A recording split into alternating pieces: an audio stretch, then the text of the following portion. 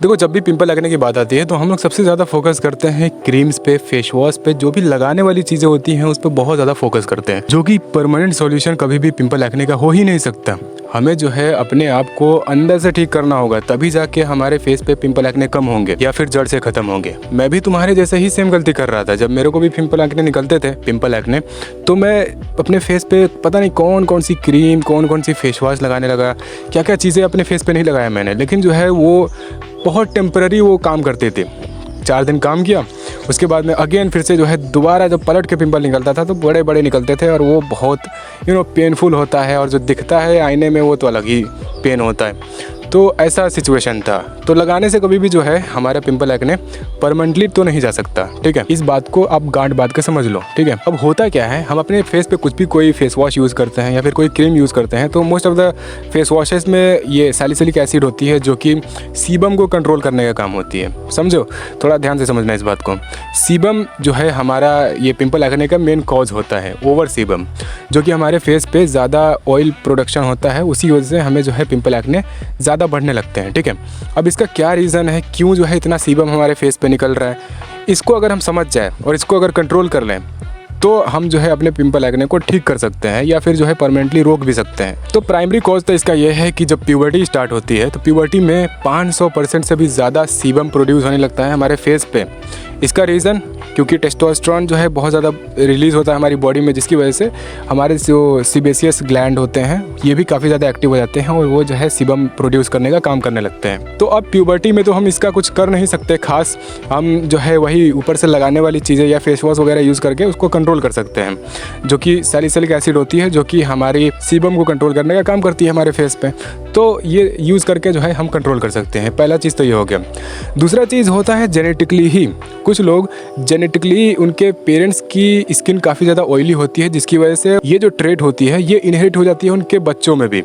तो जब पेरेंट्स की स्किन ऑयली थी वैसे ही जो है उनके बच्चों की भी स्किन ऑयली हो जाती है, तो ये जेनेटिकली भी होती है। तो अगर स्किन ऑयली है तो आपको थोड़ा सा खास ख्याल रखना पड़ेगा अपनी स्किन की, क्योंकि देखो सीबम जो पड़ा होता है हमारे स्किन के ऊपर वो हमारे डेड स्किन सेल्स के साथ में मिल के और हमारे पोर्स को क्लॉग करता है। क्लॉग करते ही जो है वहाँ पे बैक्टीरिया अपना एक्टिविटी करना स्टार्ट करता है, जिसकी वजह से हमें जो है वहाँ पे पिंपल दिखने लगते हैं। तो अगर हम अपने पोर्स को क्लॉग ही ना होने दे डेड सेल्स की वजह से, तो पिंपल एक्ने कंट्रोल हो सकता है। इसके लिए हम एक अच्छा सा क्लेंजर यूज कर सकते हैं, जो कि हमारे फेस के स्किन के ऊपर डेड स्किन सेल्स को और ऑयल को अक्यूमुलेट या फिर जमा ना होने दे। तीसरी चीज, तुमने ये नोटिस किया होगा कि सर्दियों में हमारे पिंपल एक्ने कम निकलते हैं कंपैरेटिवली समर्स के, क्योंकि समर्स में हीट और ह्यूमिडिटी की वजह से अगेन हमारे सीबम इंक्रीज होने लगता है, जिसकी वजह से गर्मियों में हमें जो है ज्यादा पिंपल एक्ने होते हैं। चौथी चीज पोल्यूशन। पोल्यूशन में टॉक्सिन्स होते हैं जो कि हमारे स्किन के बैरियर को इरिटेट करते हैं, जिसकी वजह से उसको कंपनसेट करने के लिए हमारी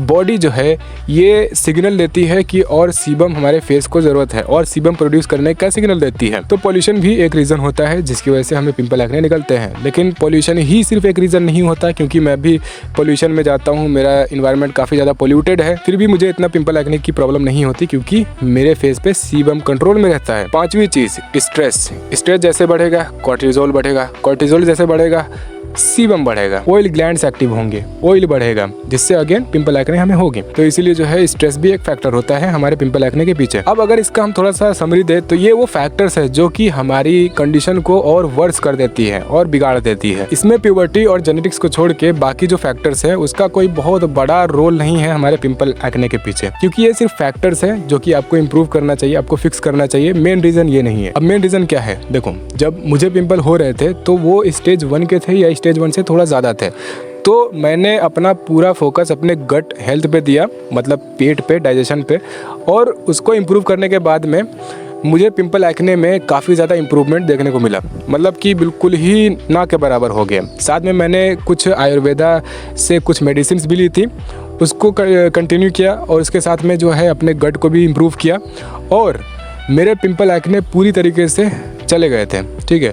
अगर मैं ये सारी चीज़ों को ना करता, अपनी गट को ख़राब रखता और वो मेडिसिन ना लेता, तो शायद अभी भी मेरे फेस पे काफ़ी ज़्यादा पिंपल एक्ने निकल रहे होते हैं। अभी भी निकलते हैं, लेकिन बड़े बड़े जो उस टाइप के निकलते थे उस टाइप के नहीं निकलते। तो मुझे ऐसा लगता है कि अगर आप अपने गट हेल्थ को पूरी तरीके से फिक्स कर लो, अपना जो मोशन होता है उसको काफ़ी अच्छा कर लो, रेगुलर बेसिस पे आपको अच्छे से खुल के टॉयलेट होता है, जो आपका वेस्ट होता है वो पूरी तरीके से बाहर निकले, तो मुझे ऐसा लगता है कि आपका पिंपल एक्ने का प्रॉब्लम फिक्स हो सकता है। लेकिन अगर आपका केस काफ़ी ज़्यादा सीरियस है, स्टेज 2, स्टेज 3 सिस्टिक एक्ने जिसे बोलते हैं, जिसमें काफ़ी डीप तक पिंपल एक्ने निकल जाते हैं, बड़े बड़े पिंपल एक्ने निकलते हैं, और वो सिर्फ गट हेल्थ को फिक्स करने से ठीक नहीं होते। क्योंकि मैंने ऐसा देखा है, मेरा एक फ्रेंड है जिसका गट हेल्थ ठीक रहता है, बढ़िया रहता है, लेकिन उसके फेस पे फिर भी जो है सालों साल बड़े बड़े पिंपल निकलते रहते हैं, जिसकी वजह से उसके पूरे फेस पे काफ़ी बड़े बड़े स्कार मार्क्स बन चुके हैं। तो उसके लिए दूसरे ट्रीटमेंट है, उसके ऊपर मैं वीडियो बनाऊंगा इन फ्यूचर।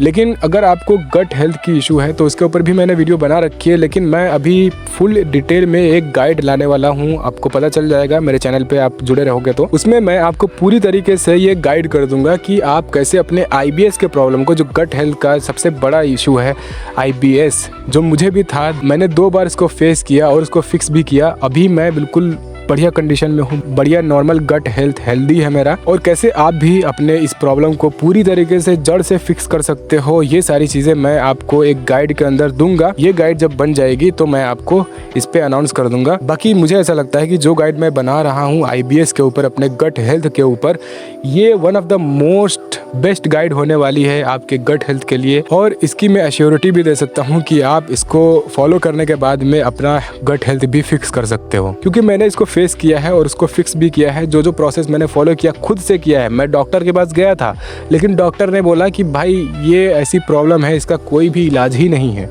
ये जो पेट की प्रॉब्लम होती है भाई, इसका कोई इलाज नहीं होता है, पूरी दुनिया में इसका अभी तक कोई इलाज नहीं बना है। तो वहाँ से मुझे डिमोटिवेशन मिला था, लेकिन मैं फिर घर पे आया, मैंने खूब सारे रिसर्च किए, खुद से चीज़ों को ट्राई किया, और धीरे धीरे 2 महीने के अंदर मेरा गट हेल्थ बिल्कुल हेल्दी हो गया, बिल्कुल नॉर्मल हो गया। पर डे रेगुलर बेसिस पे मुझे मोशन आने लगा और बिल्कुल खुल के आने लगा। ऐसा नहीं कि जो है, ऐसा फील होता है ना कि जो है आधा हुआ है या फिर पूरी तरीके से नहीं हुआ है, ये वाली प्रॉब्लम पूरी तरीके से गायब हो गई थी। तो गाइड के लिए जो है आप वेट करना, काफ़ी जल्दी मैं इसको लाइव कर दूंगा। बाकी इस गाइड को आप फॉलो करके आप अपने पिंपल एक्ने को भी फिक्स कर सकते हो, ये भी मैं बताऊंगा कि कैसे करना है। ठीक है, सारी चीज़ मैं बताने वाला हूँ उस गाइड के अंदर। और बस इस वीडियो के लिए इतना ही। अगर आप मेरे से 1-to-1 कोचिंग कॉल बुक करना चाहते हो तो लिंक दिया हुआ है डिस्क्रिप्शन में, पहली लिंक। बाकी स्क्रीन पे जो भी वीडियो दिख रही है अपने हिसाब से क्लिक करें। मिलते हैं किसी और में।